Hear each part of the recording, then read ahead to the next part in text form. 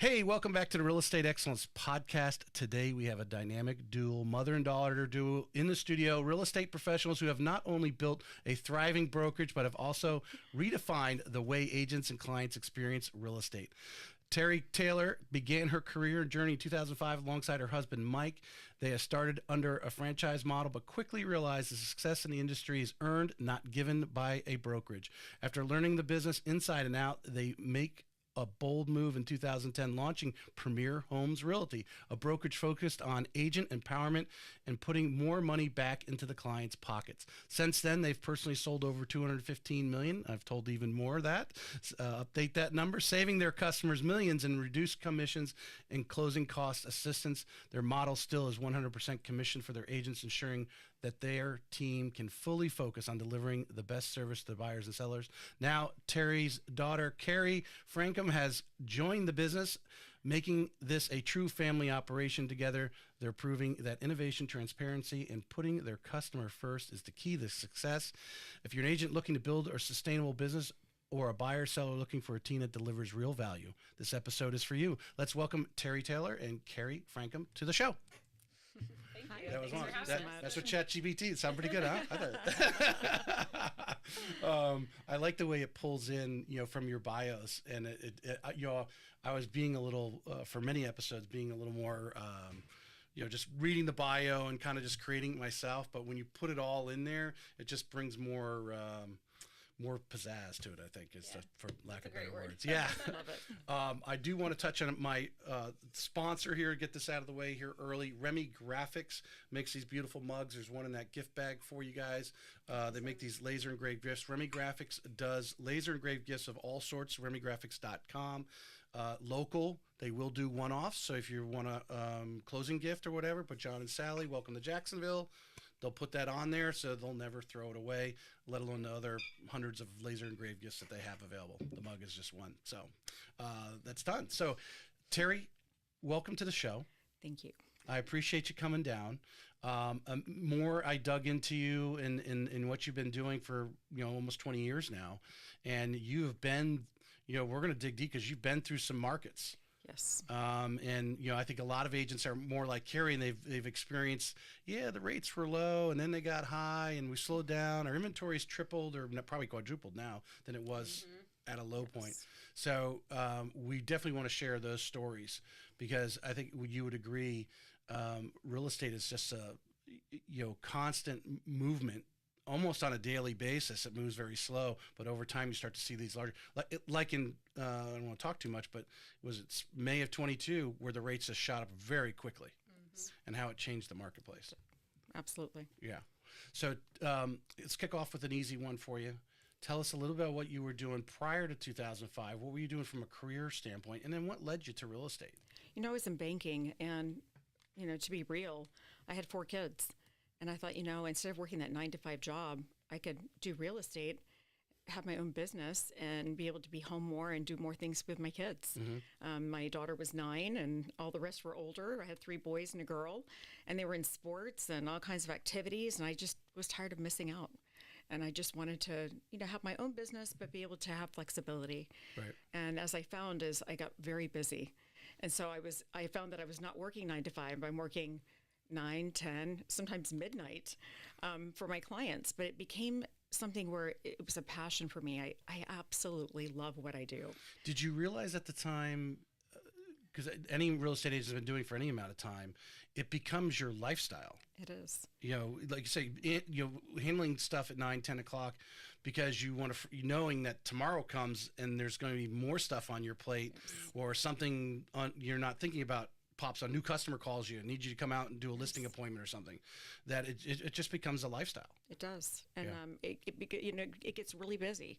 So when you have personal things you have going on, you have to make that one of your appointments and have that on your calendar. If you don't have that an appointment on your calendar, you'll miss out on that event with your family or whatever you choose to do. You have to compartmentalize. But number one is your client. And so that's real important to me. And I have customers all over the world. So they're in different time zones. And so I have to be prepared and ready at any point they need to reach me.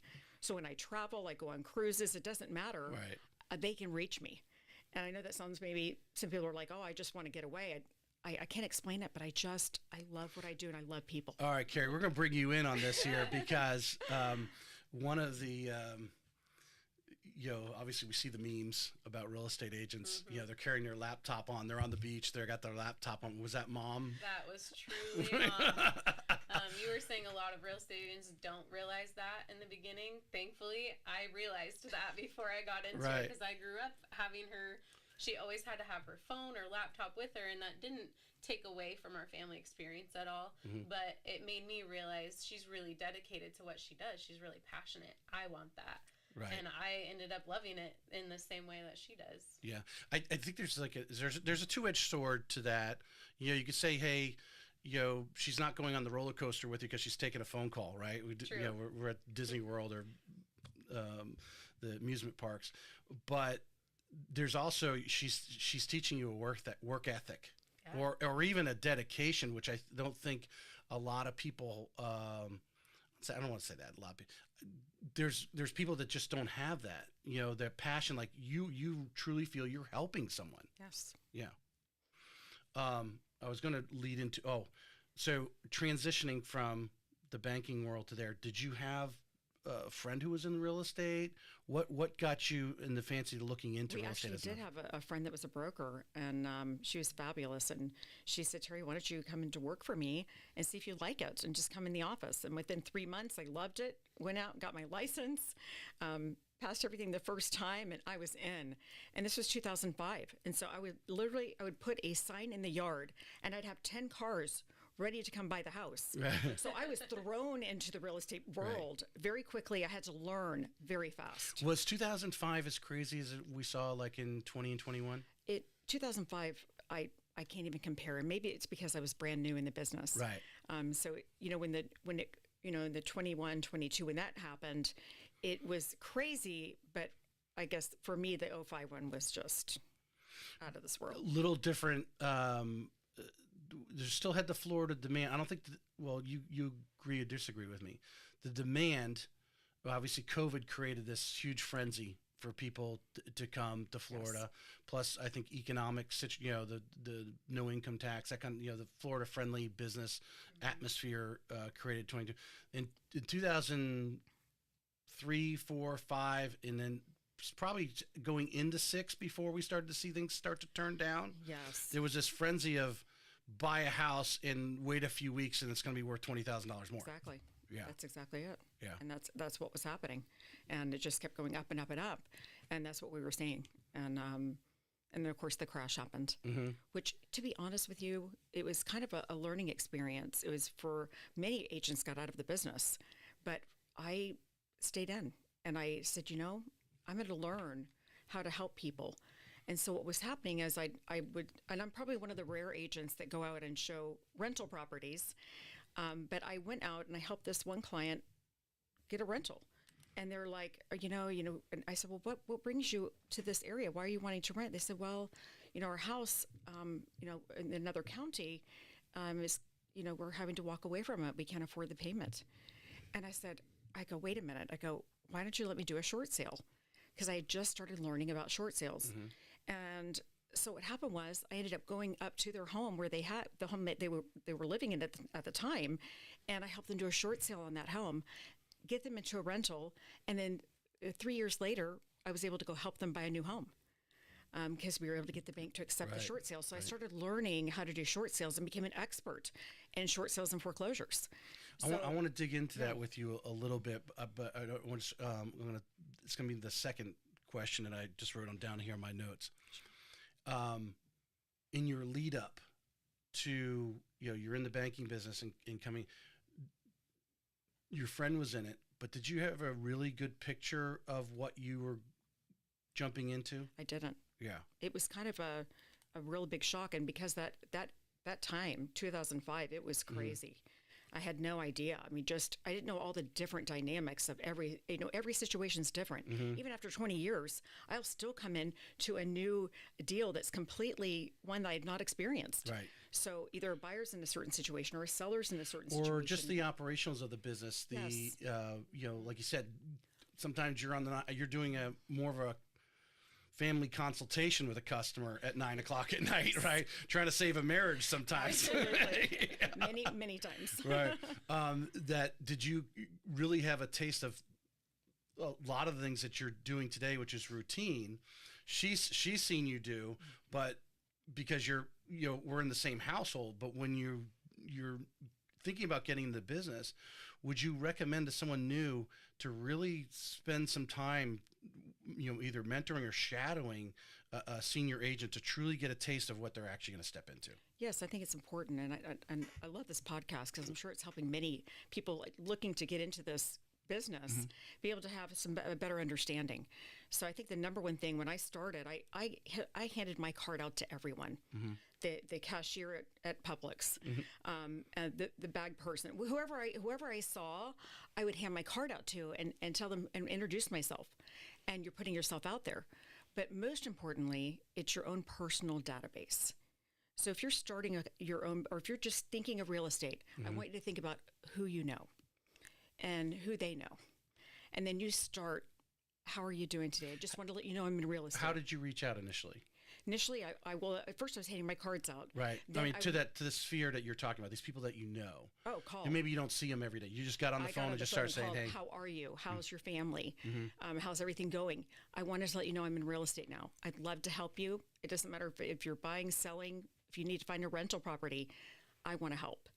And that's really how it started for me. And I over the years, I love what I do. And most importantly, it's all about the client. What was your confidence level? Because I think a lot of new agents and many people I've had in front of me, there was a period of ramping up in their confidence level to do what you were doing, handing out the cards. You seemed, the way you're projecting is you had some confidence right away, or you didn't care. At that point, I knew I needed to put myself out there. Right. If I wanted to be successful at something, I had to take the first step. I had to show that initiative that I really wanted it.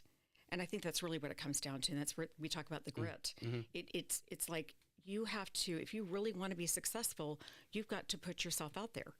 And even this right here is not necessarily comfortable for me. Right. I'm not one to have that type of exposure, but I love what I do. And if it's going to help someone else, then that means the world. I was just going to add, go ahead. I think one thing she mentioned was she went out and showed a rental property. And I think a lot of times in the real estate world, that's kind of looked down upon. You don't make as much money helping someone find a rental, so people don't do it. Well, she was worried about this particular family. This family needs a place to live. I'm going to help them find a rental. Right. And out of that, she got 2 transactions that she wasn't expecting, but it happened because she was willing to do the work that may not necessarily pay as much in the beginning. And I think that's super important to note. Sometimes you have to do that in order to be successful in the long run. Well, no, great insight. Of the many great set I've had on here, not every one of them, but some that really done well. Rentals is where they got started. I mean, that was the way to meet people. And the great Patty Ketchum, I've had her on a couple of times. Everyone has to have a roof over their head. Or wants a roof over their head, right? And so whether it's a rental or a purchase, but in my personal experience, if you're dabbling and you're getting into real estate, you probably should have some investment properties. You need to experience that so you can share with your clients. Yes, absolutely. Yeah.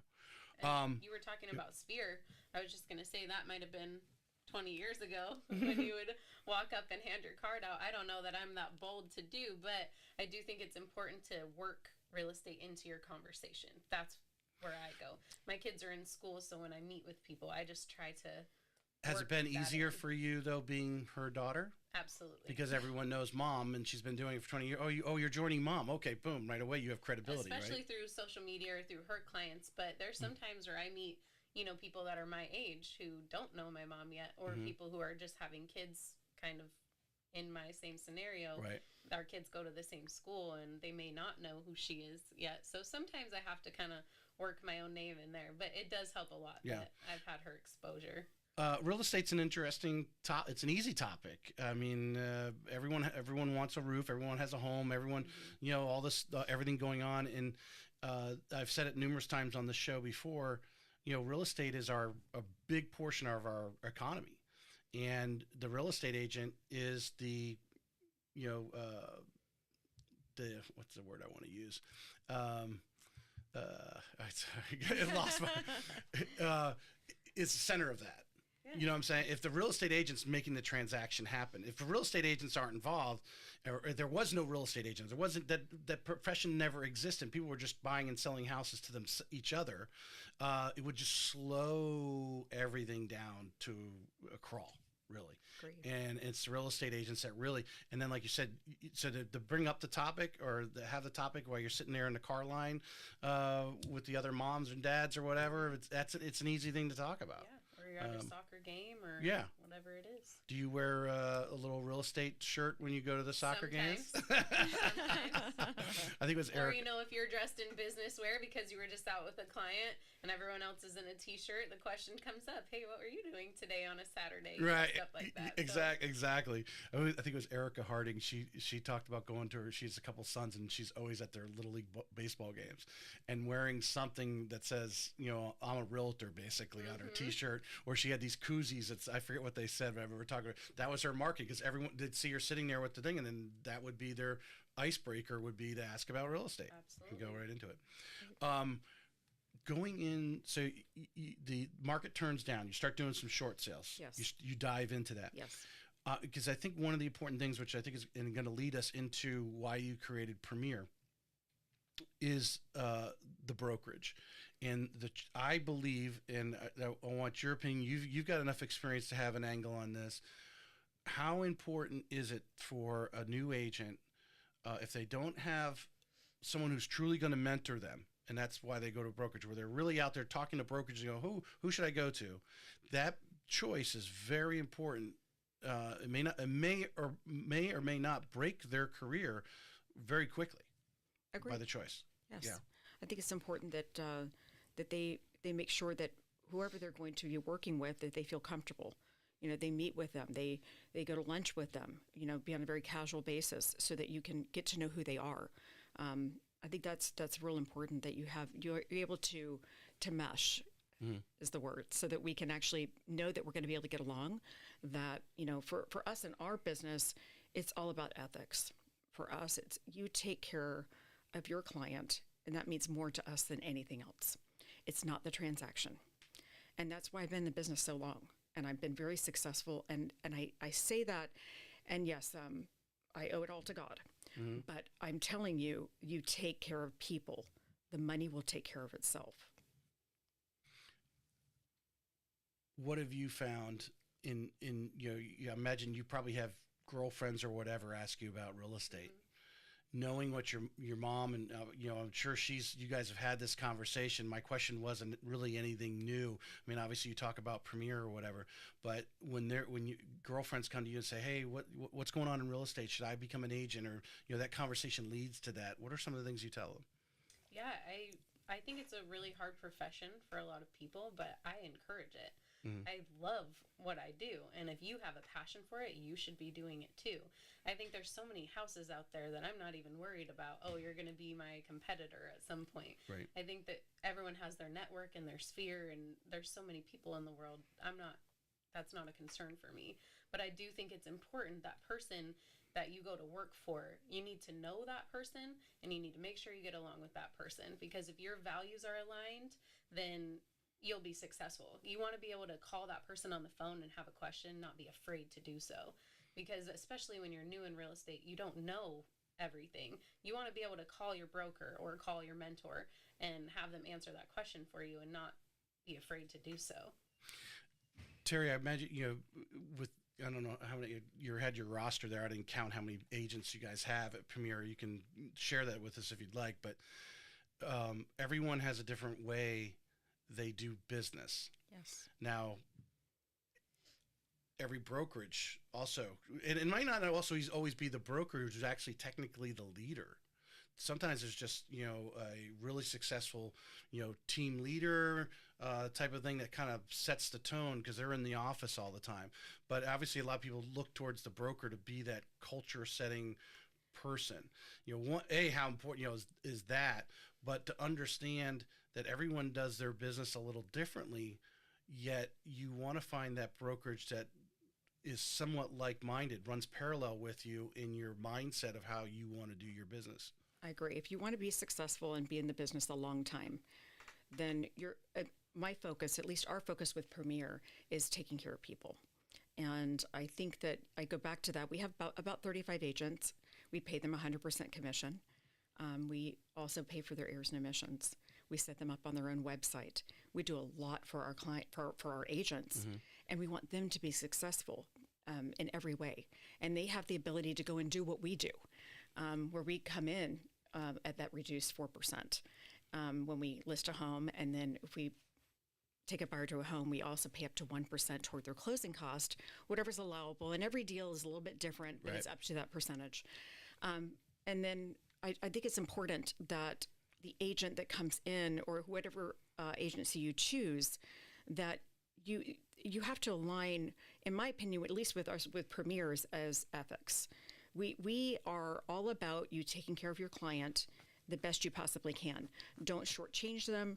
Don't make our Premier name look bad, because it's everything to us, taking care of people. And I have repeat business over and over again. I have a family, we were talking about this earlier. This one family, I probably have helped not only like 7 or 8 of their own family members buy and sell homes, but many of their friends. This one family, as an example, you take care of people.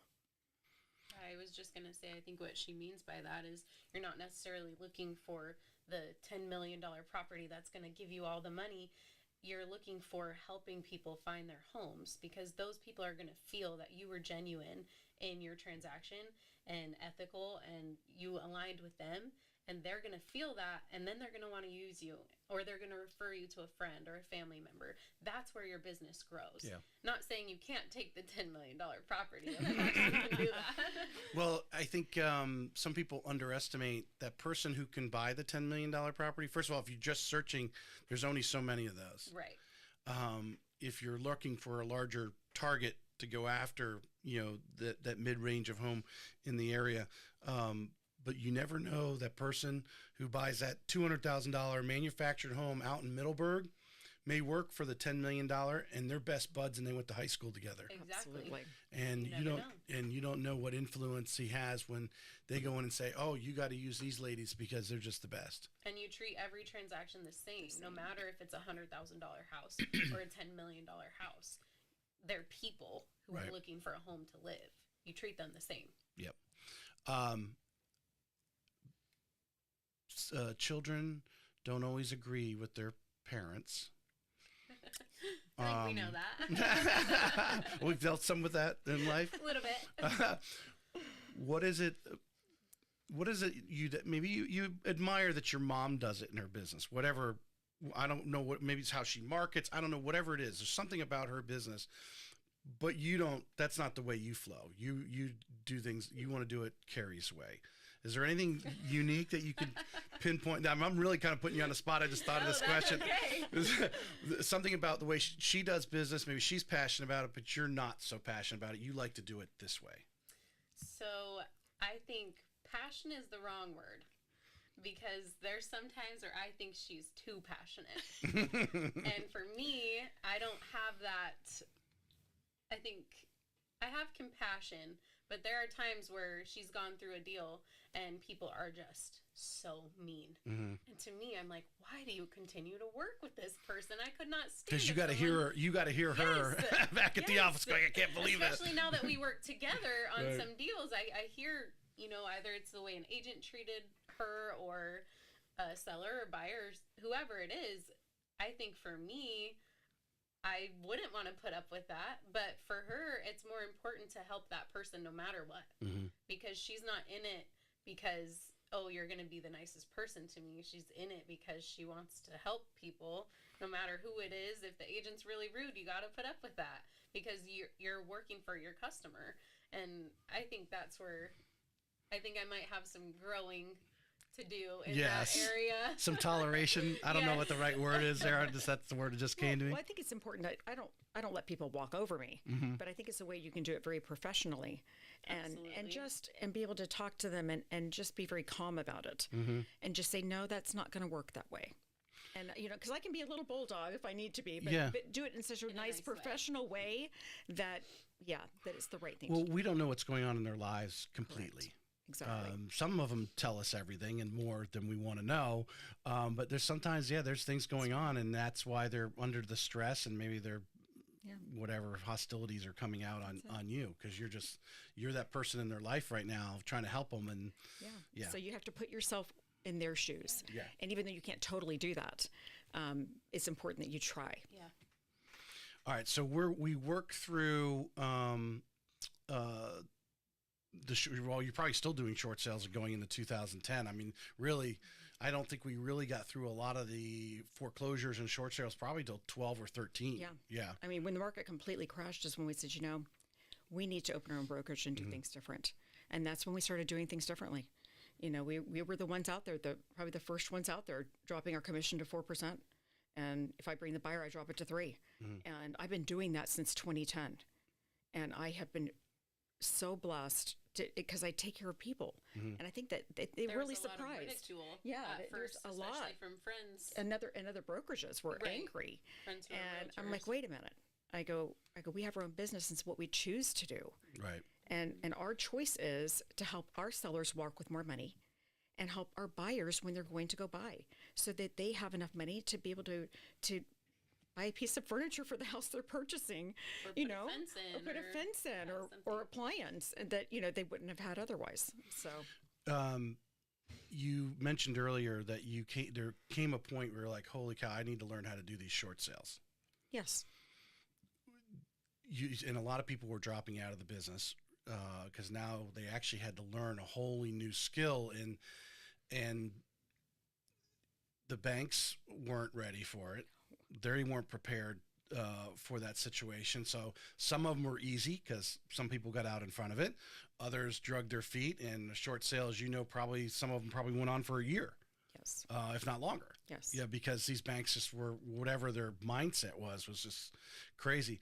But what in the brokerage you were at, because I want to take this and what you learned at the brokerage you were at, and then you create Premier, and so now you guys are creating the script basically of how you're going to be. Was there just a collaborative group of the agents that were still there? It's like, hey, guys, we need to learn how to do these short sales. We need to learn how to do these REO properties and deal with the banks. Did you guys kind of get together? Or is that something you've kind of discovered on yourself? We discovered, we actually were finding that no one was doing anything, that nothing was being done. And when that happened, I think everyone was in shock. What is this? What is this new phase that none of us have experienced in our lifetime before? And so when my husband and I saw that, we thought we need to do something here and help people. And so that's kind of, he and I just started getting together, and that's when we really decided to do our own thing and start our own brokerage so that we could help other people. And so that was part of it. And we learned it very well. We actually created our own forms before the banks ever even created them, and kind of presented it that way, be able to explain, what their situation was, would you please release them from this so they have the opportunity to go buy again. And so that kind of started that whole process. And we're so grateful to be a part of that beginning phase so that we could help so many people buy in 3 years, because those that let their home go into foreclosure, the banks would just hold on to the notes, or they'd sell them to another bank.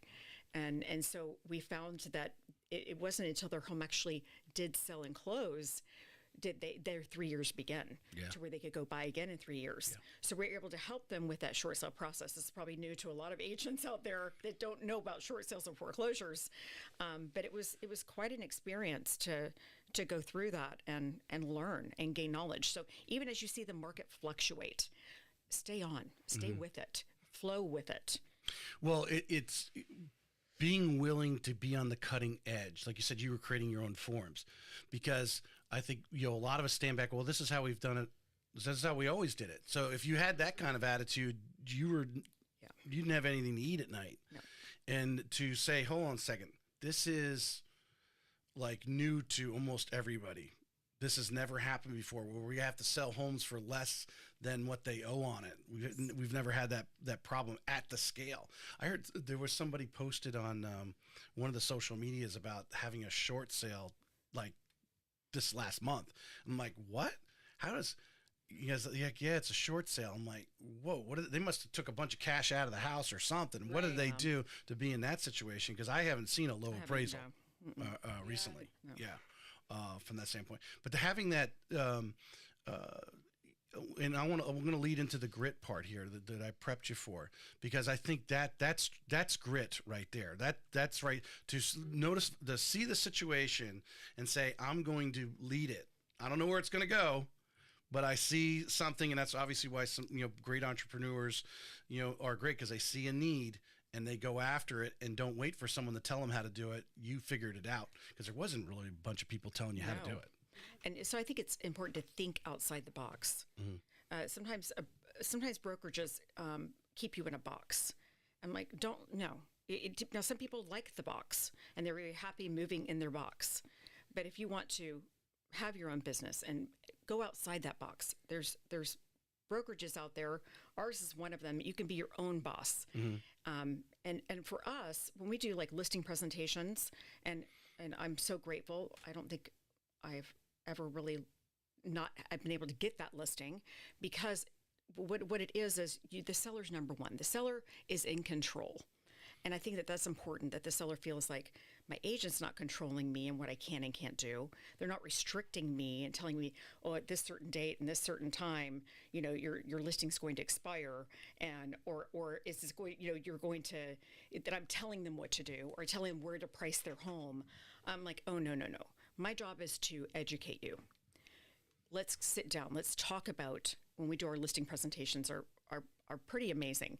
My husband is an incredible broker, and he created this incredible program to sit down with the seller and show them the 4 areas where we found, the comparables, and let them look at the range. Let them make the decision of what's best for them and their family. We're going to guide them on showing them all of the data, but it's important that they're in control. Then we're not telling them what to do, but we're sharing it. All right, because you don't, and this is a really good topic, because I was, I don't know if it's come up in every show, but it's there. Everyone has dealt with it. When you're a new agent or newer agent, and you're younger, mm-hmm. As Kari is, you don't feel you have that maturity or that confidence or the experience, but really, day one, you already had more experience than the typical buyer or seller out there, because you're hanging out with her, right? True. And at what point, I'm gonna ask you a similar question. I'm gonna start with Tari, and go to you, Kari. At what point did you realize, though, that you were the expert in the room, and that you were going to advise, and then which would give the seller, here's our A or B choice, based on the facts that Tari just gave you? Of course, when we go through that listing presentation, and I'm sharing with them accurate data, I think that's real important. You show them exactly what's going on, not something you've done or you kind of compartmentalized. Mm-hmm. No.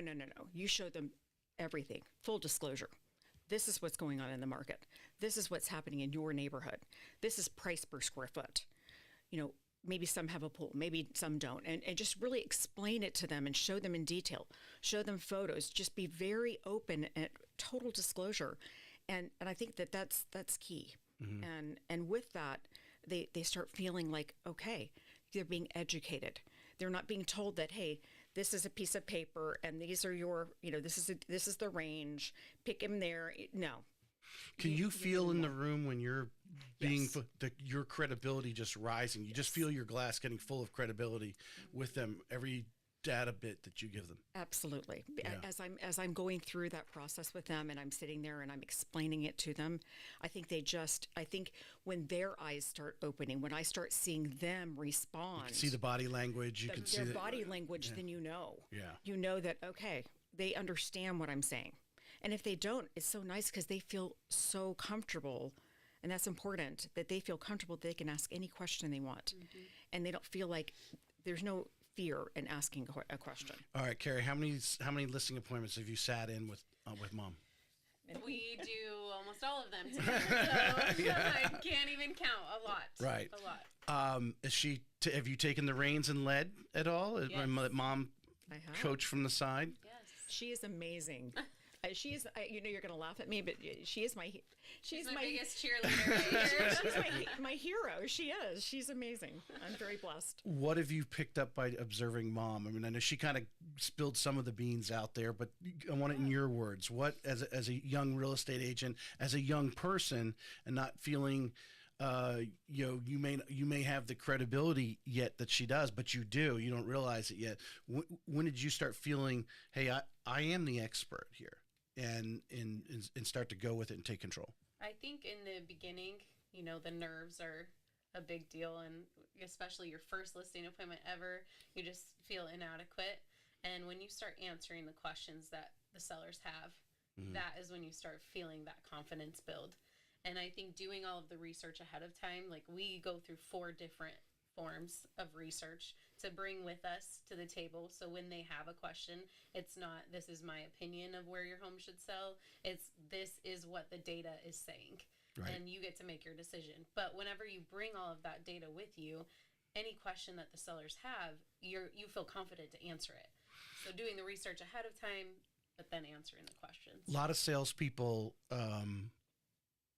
feel when someone asks a question, it's a rebuttal.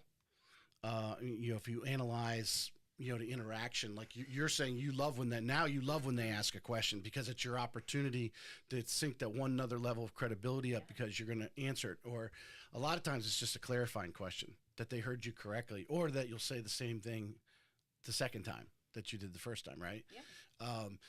Is that something you had to grow through that, or watching Mom and mentoring Mom kind of understood it? Did you understand that initially when you're interacting with No, I think having to sit through a listing presentation and watch her do it is what taught me that. See the questions she was getting. Right. And see her be able to answer them, and then see the seller, and watch, like she said, watch those wheels turn and watch the seller start to open up and listen to you.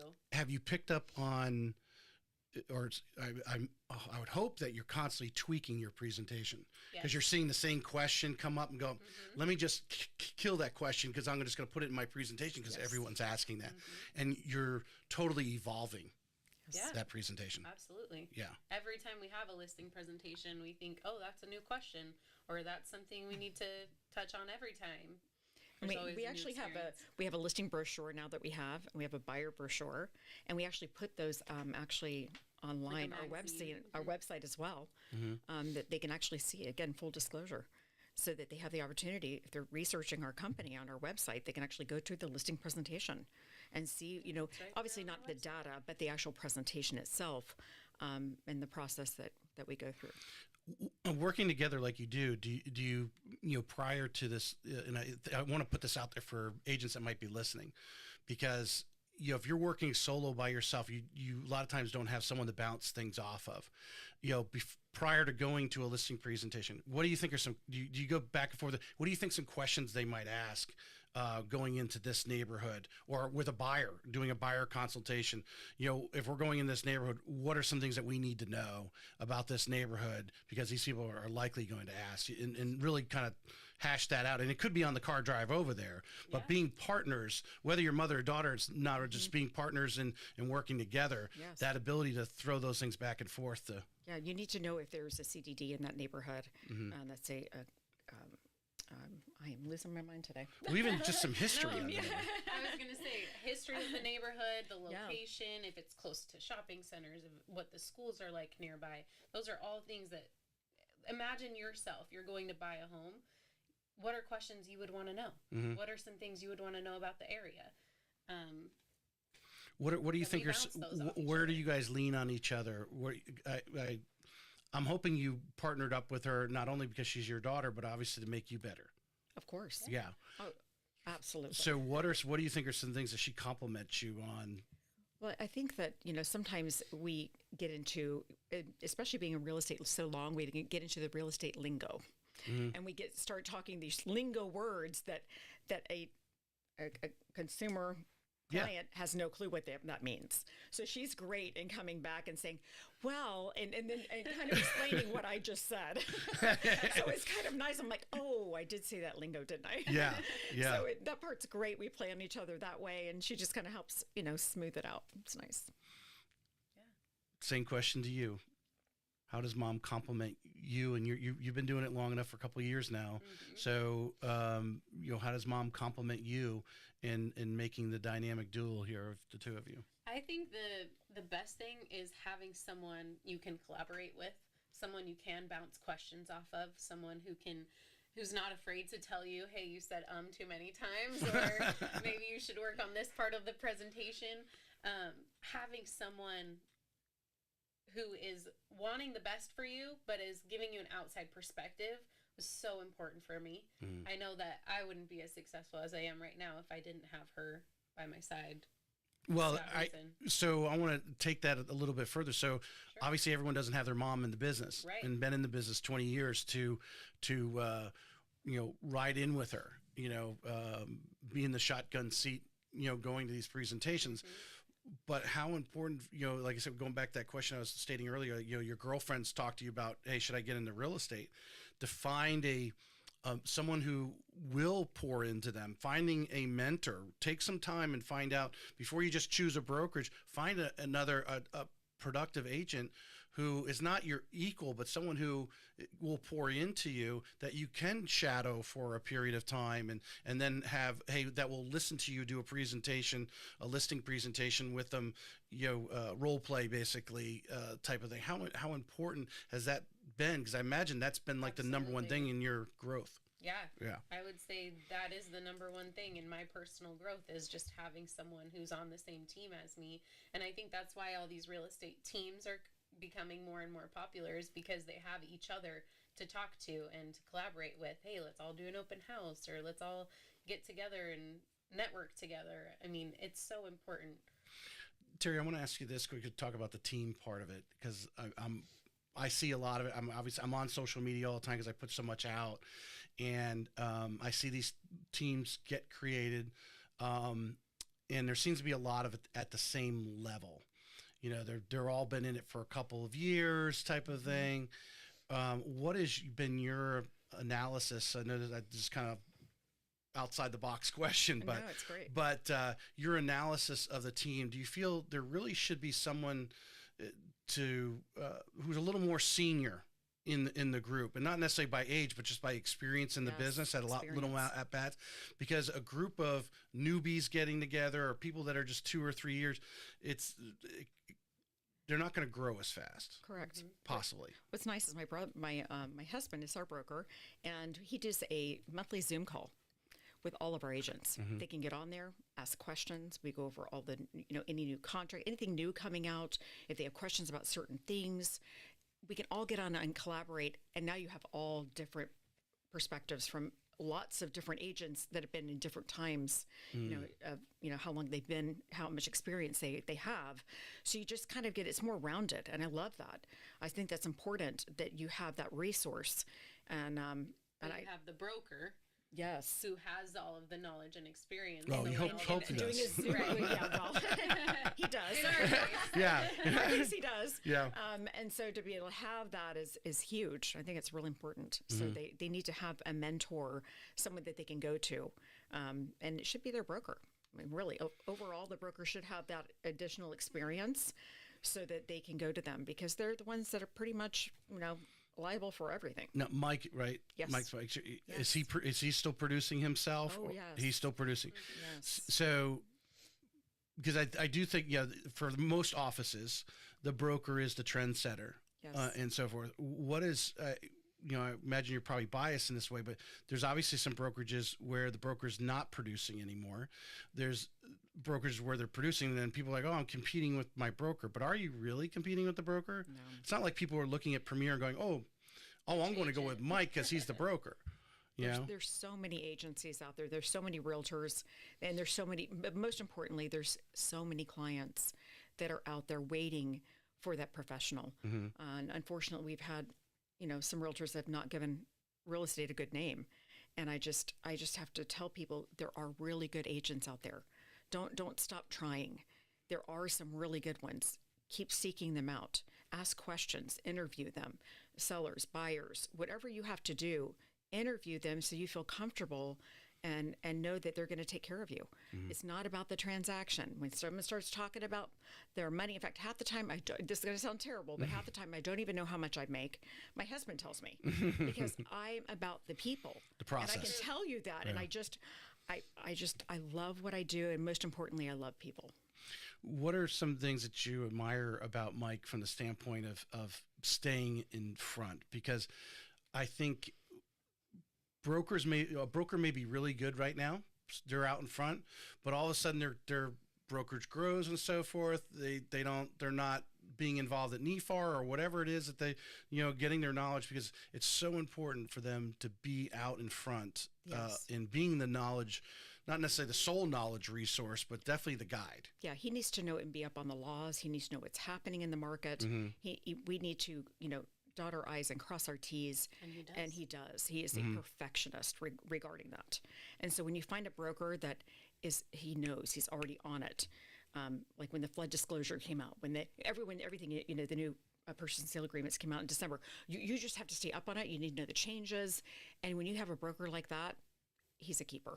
And one of the big topics, obviously, to make whatever brokerages is, or make great brokerages, is retention, recruiting and retention. If you're not retaining, I mean, you can keep pouring people in, but they're just going out the back door and so forth. And to continue to add value, what is your mindset at Premier? What is Mike's mindset? I'm obviously you guys talk about this. Yes. Kari probably chips in a little bit, but just to have that mindset of pouring value into the agents that you have before you're actually looking for a new one. Well, you're going to love this because, again, we pay our agents 100%. They're their own business. And what's great about that, when we started in 2010, it was just going to be my husband and I. We weren't planning on hiring anybody else. Right. And we had agents that came up to us and said, we want to be a part of your team. And so we have the same agents that were part of our team still with us. Oh, wow. From the very beginning. Yeah. And so that means a lot to us. And so as we continue on and gain, majority of the time anyone leaves is because they've moved out of state. But most of the time we've maintained, and we're very picky. We don't, and the reason we're picky is we want to make sure that that agent coming in, it's not about the transaction. You got to be about the people. You got to be ethic. You have to have that ethic mindset to take care of people and do it the right way. You can hang around great people. That's a reason to stay, but ultimately you are running your business. Yes. So it's something you guys are doing to make sure Premier is Premier, right? I mean, that's you. Yeah. What and Kari, maybe because you're outside mom and dad and what they created, you come in or hear what the other agents are talking about in the office. What are some of the other added values that these agents to stay there 10, 15 years? I mean, that's huge. And those type of people basically, I mean, their businesses are running themselves. They've been in the business 10, 15 years and doing it like you have. Their business is doing themselves. They're occupied every day.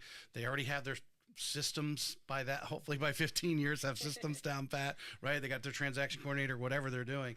But what do you think are some auxiliary benefits of values that they see in what your dad's doing and your mom's brokerage? Well, I think having me come on as a newer agent has kind of helped with the mindset of what a new agents need. If we have an agent who wants to come on and they're newer in the business, what are some things that we're offering them? Because like you said, these agents that have been there for years, their business is kind of already on its feet. So having me come on, my dad and I can kind of bounce ideas off of each other. What are some new things we can offer? The monthly Zoom meetings, that was a new idea. We just started that in the last year. And we also do company luncheons where we want to go over, these are our new programs that we're offering. We offer back office transaction management, which is a huge thing. And again, they make 100% commission. We just charge one transaction fee. So we're not in it to make money off of our agents that work for us. We're in it to help them learn the business, because when they're successful, we're successful. And that's all that we care about. Yeah, we actually went on with a new system called Bold Trail, and it's been phenomenal. I mean, just helping our agents, it's a back office program. There's a back office program and then one up front, and it just really helps make us stand out. So it's important that we are always looking for something new, more innovative. As our technology grows, we're growing with that. We don't want to stay stagnant. We want to keep moving forward and really shine. Yeah, 'cause, I mean, there's no doubt there's agents that are jumping ship left and right because every broker tells them they got great education and great technology. The reality is, I could tell you right now, if that's what they lead for, say thank you, great, that's great. Tell me what you're really about, because everyone's out there will tell you they have great technology and great education. From that standpoint. That made me lose thought of what I was going to. No, I threw myself off. I wanted to make that statement there because you have to lead with something other than that, but that you still have to have that. You have to have if your technology's I've worked for several lenders, and I can tell you the ones without technology, I don't even know how some of them are still in the business right now. With what's out there. And I think also being a smaller brokerage, there's only 35 agents that work for them, and like she said, they're picky on purpose. They're not looking to be the brokerage with thousands of agents. They want agents that they know that they can mentor, that they can teach, and who will be successful might teach them in the business. Right? I would imagine some of these agents are pouring back in because where I wanted to it'll come to me. It's gonna come to me. It's gonna come. Dude, it was just I was coming out and then it stopped. Premier, from a standpoint of recruiting, you said you're picky. Yes. Are you chasing down new agents, making those calls? We're advertising. We're reaching out, of course, as a brokerage, and want to give everyone an opportunity to come and sit down and let's talk. And I think that's also important. They sit down in a one-on-one setting with every single agent who wants to become a part of our team. What questions are you at? Because we talked earlier about everyone runs their business a little differently. They do. And I would imagine if we took a survey, though, of Premier, because, especially the people you guys probably are running somewhat similar. You may do some things a little differently. I doubt someone's totally going a different way than the group, because you guys have grouped together and are collaborating. You're generally going to be like-minded. Like-minded people attract each other. But when you are talking to a new agent or someone who's interested in coming in, or maybe you're just like, hey, the person's doing really good production, we'd love for you to join. What are some kind of questions you ask them to see if they're aligned with your vision of Premier? We as a brokerage, we want flexibility. We're all about flexibility. We don't want them to feel like they have to do everything the Premier way. We want them to do it their way, whatever way they want, as long as they are, that they have those same standards we have, about, keeping the client first. Make sure that, that's number one, being trustworthy, being honest in your dealings, all of those things that we always been taught to do as realtors. And, we that's real important to us. So when we start hearing, as we're interviewing, and we start hearing about, I want to help so-and-so, and I really want, them to be successful. When they start talking about their clients, or we have someone that'll come in and say, well, I'm trying to meet this, this threshold, which is fantastic. But when they start talking about it's all I, as opposed to our clients, you see that different. That I doesn't align with us. It's all about we. It's all about them and what we can do to help our client, not about us personally. That doesn't mean we're not going to benefit from that. I'm not trying to say this is a business. So we are obviously making money, and I'm grateful for that. But you cannot be in the business this long and it be totally about the transaction. Yeah. You can't, if you don't enjoy the process, it'll die. Correct. Very few people are, we like to think we're all motivated by money. Yeah, that is, one reason to stay in it, because what you're doing. But if you don't enjoy, like you said, we talking about why you love real estate. If you're not enjoying that process, no matter amount of money at the other end is eventually you're gonna be like, I'm done with this. Yes, and my favorite part of real estate is negotiation. I love getting in the deal.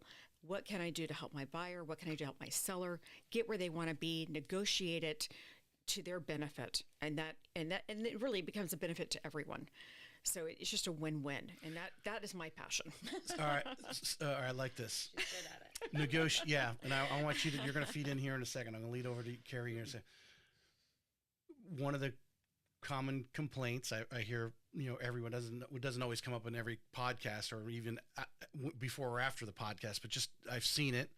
Some of these agents that might be the eye agent just thinking about themselves, and they're putting their ego and their emotions into that negotiation instead of working with you on a win-win situation. You know, what's going to sell the house, what's going to buy the house. If they agree and sign off on it, it's on them. That we're just here to mediate the transaction.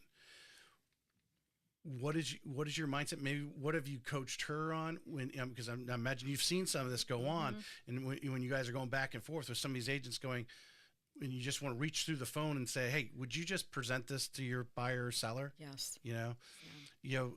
What would you, if to say, you can't tell them this over the phone, I'm sure you may have, I don't know, maybe got you to that point, but what would you like to tell that agent on that other end who is a little more, I don't know if combative, but is starting to put their ego in there because you negotiated a little more buyer concessions or something, and they feel it's like, what would you like to tell them? Well, what I try to do, and that's happened quite a bit. I've taken many kicking and screaming to closing. So I think it's important that, when I talk to the other agent, that it's more of, and it's not that I try to get in their business, but it's important if I see that they're not doing what they should be doing for their client. That's when I kind of step in. So if I have the listing and they bring the buyer, and I'm seeing that they're not staying on timelines, which is everything in real estate, and I'm seeing it slip through, and I said, why don't you give me, if you don't mind, I'm going to go ahead and call the buyer's lender. Let me see what I can do to help. And so I do it in a nice way, but I'm now getting more involved. And when I tell that other agent, I said, let's try to do what's best for the client. Everyone, not just one in particular, not just the seller, not just the buyer. Let's work as a team. We as real estate agents it should be a team effort on everything we do. We're all professionals, and we should be working as we are. If we're in a transaction together, we're now a team. So what can you and I do to make this transaction come to a closing where the buyer is happy and the seller is happy, and it becomes a win-win for everyone? That's how every transaction should be. If you could, since I'm in lending, you brought up the reaching out to I don't know why you asked the other real estate agent, but I guess you're being polite. I thought you were going to say you were asking, can I reach out to the seller, or the buyer, the actual client, but reaching out to the lender, of course, I probably count on on my fingers and toes in 20 years that I've had the agent that I'm not working with, that's not working with the buyer, the listing, just make a phone call and just to get kind of that vote of confidence. Buyer's got great credit. They have their money. Yes. This looks good. I'm very confident. Close on time. Okay. They just want to hear that. Yes. But also during the process, got one, I sent out the email the other day. Hey, appraisal's in. It's good. We got our conditional approval, just some standard stuff. You want to hear that as the agent on the other side. Absolutely. It puts you at ease and lets you, Because sometimes we're on a consistently, I don't want to say hounding the other agent, but just say, where are we? Because we certainly don't want, to raise any flags that there's an issue, but we do want to be informed. Well, the process doesn't happen in a couple of hours. It actually happens over several weeks. So there's days where no one's hearing anything. So when there is something that comes up to actually, like the appraisal's in and good, and hey, you want to know that they've been, they've got their, underwritings. Yes. Says it looks good and that sort of thing. And then obviously if there is, hey, we've got one issue here, you'd like to know about it. Yes. And then get status on it. And even beyond myself, it's more important that the seller's informed, that the buyer is informed. With new agents coming in, it's so important to communicate. Communicate with your sellers on a weekly or even a couple of times a week. Just talk to them. Tell them what's happening in the market. Keep them updated on what's going on. Don't just say, get the listing and then I'll talk to you in a month. I mean, you've got to stay engaged. Same with your buyer. Let them know what's happening. How is everything going with your loan process? Is there something I can do to help you? And I said, let's work on getting, everything is just so important that if you focus on your clients above anyone else during that transaction, then you're going to find that you're going to be taken care of in the end. But you focus on them first, and that it'll be a win-win. All right, to go back to the negotiation questions, I wanted to go back over to you now. Is mom handling generally the negotiation, or I mean, We both are. When I say myself, I meant we. Well, I imagine you're both on the emails together, but yes. like, I mean, because you've seen some of these agents, you're like, what is this person's problem? Yeah. Yeah. I think we both are. Sometimes she brings in clients, sometimes I bring in clients, and I'm the head of that one, and she's the head of hers, but we are a team at the same time. I've heard time and time again, ever since I was little, do whatever it takes for your customer. And that is true. I've watched her do whatever it takes for her customer, no matter what. Is it really the customer or the transaction? And I say this from the standpoint of your goal. You have a buyer, someone who wants to buy the house, and you have a seller who wants to sell. Ultimately, the goal is to make that transaction happen. You may think your buyer is not, will give up on a repair or something, all the different things that you negotiate, concessions or whatever, but ultimately it's not always going to start. It's not going to finish as it started. There's going to be some changes made. Right. And if you have to understand, you just present it in a logical, educated way. We were talking about that other with all the statistics or whatever you need to support that decision. That hey, this is the price because these are whatever it is. But presenting that to your buyer, and if the buyer accepts it, they accept it. You should not throw yourself in there going, no, I'm not going to ask my buyer to pass on that $500 repair. I'm going to share an experience we had in the past. We had a listing. We had an offer come in, and the seller was willing to accept the offer, but the agent we offer 4% commission. So we take 2, we offer 2. The agent wanted more commission, and the seller wasn't willing to pay the extra commission. So she dropped her commission to pay the other agent more just to make the transaction happen, because she wasn't worried about, I need the extra, however much it was. She was worried about, my seller needs to sell their home. The buyer's willing to pay what they want. The agent is the only one who was upset. Their buyer doesn't want to pay their commission. The seller doesn't want to pay their commission. I'll do what I have to do to make everybody happy. Yeah. Yeah. Well, I think, any of your top agents they find a way to do that. What would be another way to solve that problem though, Tari? Instead of giving up your money, because you earn your money. I know. Real estate agents are listening right now. There's several ways to skin that cat, so to speak. There is. I mean, obviously every situation's different. In most cases, we have that new buyer's agent agreement that we have to have every client sign before they go into a home. That happened with the FAR lawsuit over the summer. So I think with that, agents put on what they want, and whatever they don't get, their buyer has to pay. And so that's caused a big uproar in our real estate world. And one thing that we've done as a brokerage, and that's just who we are, we actually write in a paragraph on that form that we will take whatever the seller's willing to give us. We will not make our buyer pay us 1 penny. Here in Florida, it's never been that way, and we're not going to change. That's just something we choose to do. So again, it's about our buyer and whatever it takes to help them get where they want to be, and they're not going to pay us anything. That's, we're asking the seller to do so. Well, let's flip that to the other side. Yes. You're going out on the listing. Yes. What are you prepping, because that's your attitude. Yes. Yes. So I think other brokerages, they may not put it in the paragraph, but that's their mindset. Yeah. Is they're going to go out there and they want to know. So when you're prepping your seller. Yes. What are you prepping them that, hey, and giving them all the statistics and what's going to happen if they don't, to have some sort of money set aside, and know what a lot of these agents are asking for on the buyer side, right? They're all asking for the seller to pay whatever, right? 3 bananas, we'll call it. Well, we like Patty Ketchum, right? Coffee. But how's that conversation going on with the seller? Well, with the now they came out with something besides that agreement. They came out with instead of the seller to broker, or from the seller to the buyer's broker, they also came out to broker. So we use the broker to broker form. So when we have in our listings, when we go in there for the offer, we have our broker to broker form that we've asked the agent to fill out. And that form is what we agreed to on the listing, and that's at 4%. We're splitting that 2 and 2, and that's what they're going to get. So the now seller's paying us, and then we are paying the we other pay the agent. other broker. There's no need Right. to even have it on the contract. Okay. That's what we choose to do. Have you had some pushback from some agents on that, I imagine? There's only been a couple. Bringing buyers to be you. honest, just a couple. Otherwise, there's not been an issue at all. Yeah. Very few. Yeah. And if that buyer chooses to pay that broker that additional amount, they chose to based on they signed that agreement, and that's why we added that verbiage.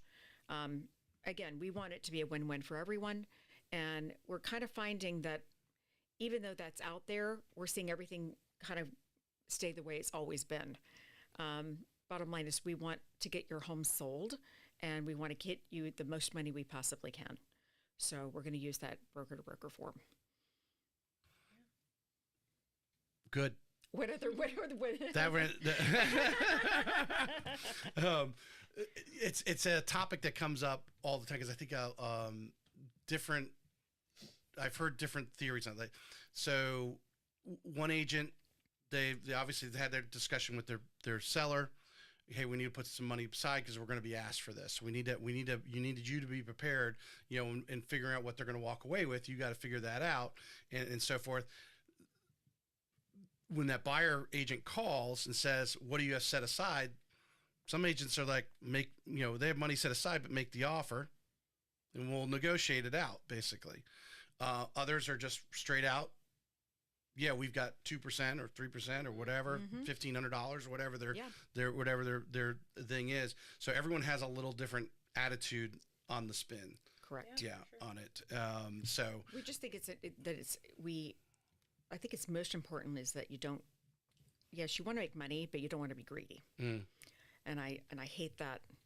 To be honest, I'm not a fan of the form. But I know why they had to do it.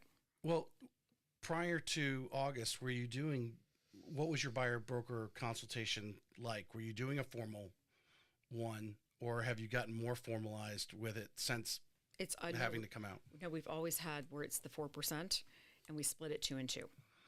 So no, I'm talking with the buyer broker agreement.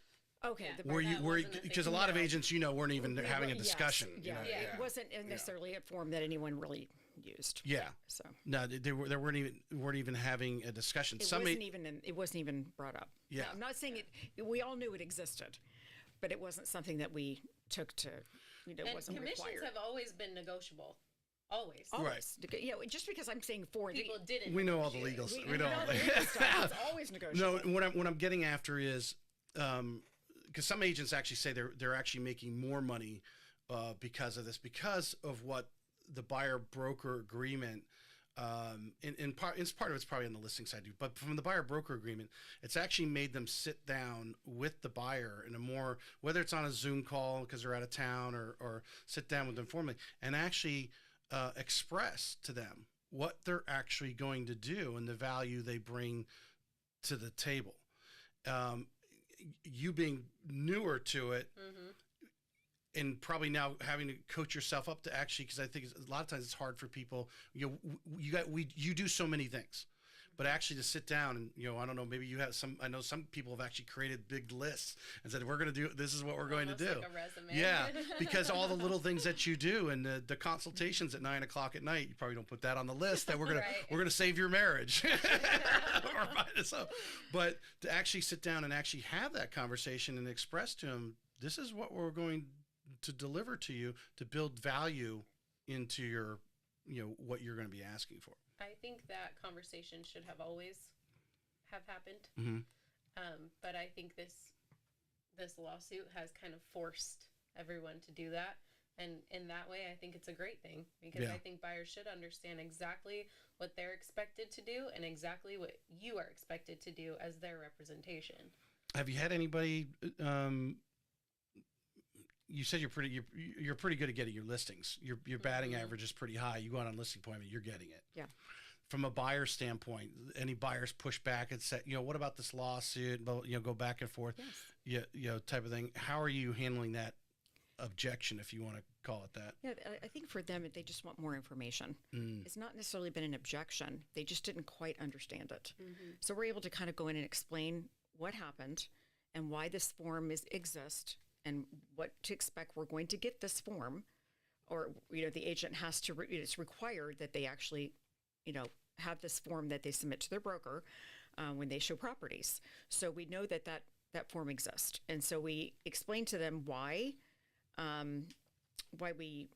that's happening, but we still go right back to where we were before. I said the bottom line is an agent wants to be paid when they bring the buyer, but you also want to get a great deal and walk with more money. So it's kind of like we're still back where we were with the broker to broker form at the 4% 2 and 2. There hasn't really been a big kickback on that. Right. For us. And agents will call and ask at 2%. Okay, no problem. It's never been an issue. Very rare, maybe two that I've had an issue with, that have come in and say, well, my buyer's not going to buy your home if you don't pay this, because he's going to have to pay me. But it's rare. Yeah. All right, Kari, what have you learned about yourself since entering the real estate business? I think I have often underestimated myself. So I think being out there and doing it and showing myself that I can do these hard things, I've learned that I can do hard things. I'm better than I think I am. You have some grit. We need to get you the grit book. You know, Angela Duckworth, a grit. little bit of grit. Yeah. And if I work hard and if I'm consistent and I follow a lot of the things that I've been taught my whole life, even outside of real estate, if I continue to be consistent in those things, I'll be successful. Would you, back when you started, there wasn't a lot, I remember growing up, you didn't think there wasn't these 20-something-year-old real estate agents. Yet there's a lot I've had on that have had great success at a young age in this generation. I don't think, would you agree, back in 2005, did you see? No, they were not young. Yeah. Most of them were not. Yeah, that come in.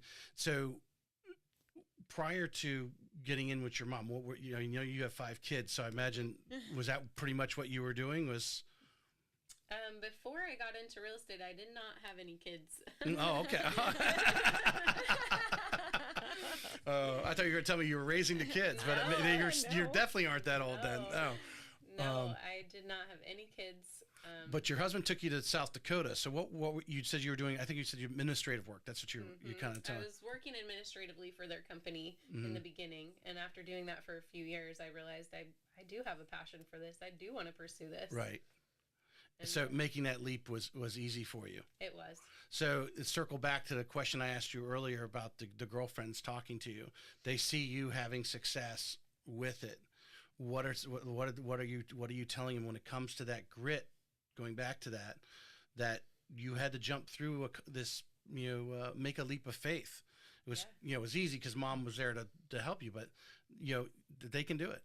Yeah, in some ways I would say it's easier. In some ways it's harder because everyone knows her name, her face. So you have to kind of put yourself out there and make your own name and make your own face available. But for somebody starting out, I think the biggest thing is success is not going to happen overnight. Right. Do the hard work. Do the rentals, show the properties, do everything you can, put your name out there, tell everyone in every conversation you have, somehow bring up that you're in real estate. You don't have to say, hey, I'm a realtor, but bring it up in your conversation. And over time, you're going to be successful, but it's not going to happen overnight. Mom, is there going to be a point where you're going to clip this umbilical cord or what? Not that it's, she's starting to fly on her own, right? She's already soaring. Yeah. But one day maybe when I'm very old and don't want to do it anymore. Just give her your referrals. So would you go show these people the house, right? One day. All right, let's just finish up with this right now. What in maybe what you guys may be doing, maybe what Mike is putting out to Premier. But what are 3 things in today's market right now, where interest rates are at right now, our inventories, growing, where, like I said, we're 3 or 4 times what it was, the low, which was probably 18 months ago, maybe something like that. A low point. Now we have these inventories growing. What are 3 things agents need to be doing right now? Whether you're doing it or you guys are obviously talking about in the brokerage, but what do you think that each of them should be doing right now in their business? Do you want to go first? Sure. Biggest thing is to stay up to date on your education. not just what's required of you in education, but if there's a new form, if there's new laws, you need to be on top of those. Right. And whether that's through your broker, which thankfully it is for us, every time something new comes out, he's very good at informing the whole company. But secondly, I would say networking. A lot of that might be, I was going to say third, social media, but that might play hand in hand in there. But network yourself, even just in your social conversations, whether it's at your kid's soccer game or... Do you feel there's a buildup right now of people who really want to sell? They really do want to move, but just the market conditions aren't just right for them, whether it's interest rates or whatever. But there's a lot of people on the sidelines, buyers who aren't buying because the rates are high, sellers who want to sell, but there's a lot of people on the sidelines ready to jump in when something shifts in the market. Absolutely, yeah. Just when the rates came down just a tiny bit, we had buyers come out from the sides who were waiting, and now they're all coming out wanting to purchase property. I mean, we had so much go under contract just in the last month. It's been crazy. So many of my sellers, a lot of them are either downsizing or they're upsizing, and so we're able to take the sellers for resale, and we have a lot of people coming in from out of state, out of the country, coming in and buying homes for cash. We talked about that, but then also we're taking our buyers to new construction because they're buying the rates down. So new construction right now is the way to go if you need the loan. If you need to have that loan, because they'll drop, the rates right now are pretty low. And I think a lot of times, I've heard it time and time again, I don't really need a real estate agent when I go buy new construction, and I'm just like, oh my gosh, yes you do. Probably more so, actually. Yes, more so. Nothing against the agents who work there, but their job is to work for the builder. Their job is not to work for you.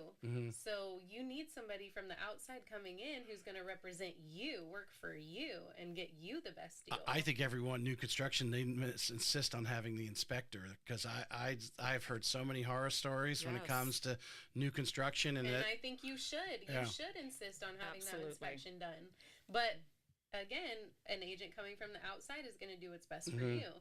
That may not be a recommendation that comes from someone working for the builder. Well, and I think also the agent coming in with you to that new construction needs to not just be there for when you do your first transaction and you have, it's all set, and then all of a sudden you don't hear from them again till closing.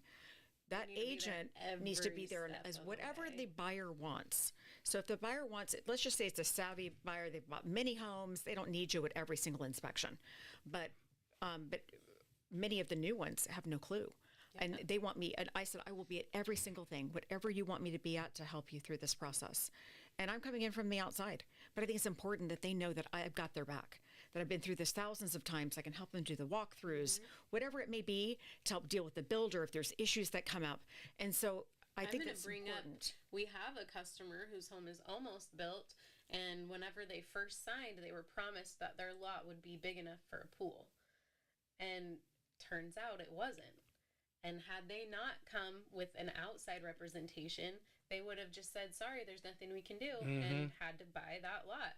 Well, she comes or eat their earnest money, right? If they're going to walk away. Or lose the deposit. Right. And that's a big deposit that they require. And this happens more so than I think people realize. Because the story I was coming out, literally, there was one of the last houses in this little neighborhood. The house was positioned to look over this retention pond versus looking at their neighbor next door, which is only 10 feet away or whatever. And that's the way they looked to position the house, wherever the garage on that side or whatever it was. And sure enough, they poured the slab the opposite way. Yep. And now you're looking at your windows are looking at your neighbor's side, and nobody's looking at the retention pond. And this is someone's home that they have to live in. Exactly. It's not just a house. It's someone's home, and they have to live in that, looking at their neighbor now. Yep. But if they had an outside agent, then that agent should be coming in. Now you got someone to go to bat for you. Now you got someone on the phone for you. Now you got someone, who's not afraid to at least getting your earnest money back, saying you guys screwed this up. Yes. Let's just call it. Give me my earnest money back. We'll go buy somewhere else. In fact, I told him, I said, you got to move them to a different lot because that promise isn't going. They pushed back. They did not want to do it. but we kept fighting, and we got them an even better lot than they originally and that's those are two factual stories, and it happens more so than you can imagine, and that's why I think the inspector comes in great, because the inspector is going in at each of those things, and the inspector should know how that slab should be poured. And it's like, no, hey guys, you got this thing staked out the wrong way. They could have saved it that far, but as soon as they pour that slab, it's over, game over. They're not moving it. And 100% inspectors and because we are selling so many new home construction, inspectors are crucial. They're crucial. And really good ones that will go through you with the entire process of the build. Yeah, I don't think people realize the horror stories. Buying a house, it's not like you go down the car lot. That car is made the same. You know, you see everything. Right. I mean, the engine runs, before you buy it. But it's also coming with at least a 3-year warranty on that engine. But you know, the house, it's such a you can't get. There's no lemon law that I know of on a house that was built the wrong way, unless the Chinese drywall situation that went on years ago. But they're out there, so that's why you got to have those inspectors. But ladies, I appreciate you coming on today. Really enjoyed our conversation. Thank you. Anything else you'd like to add here before I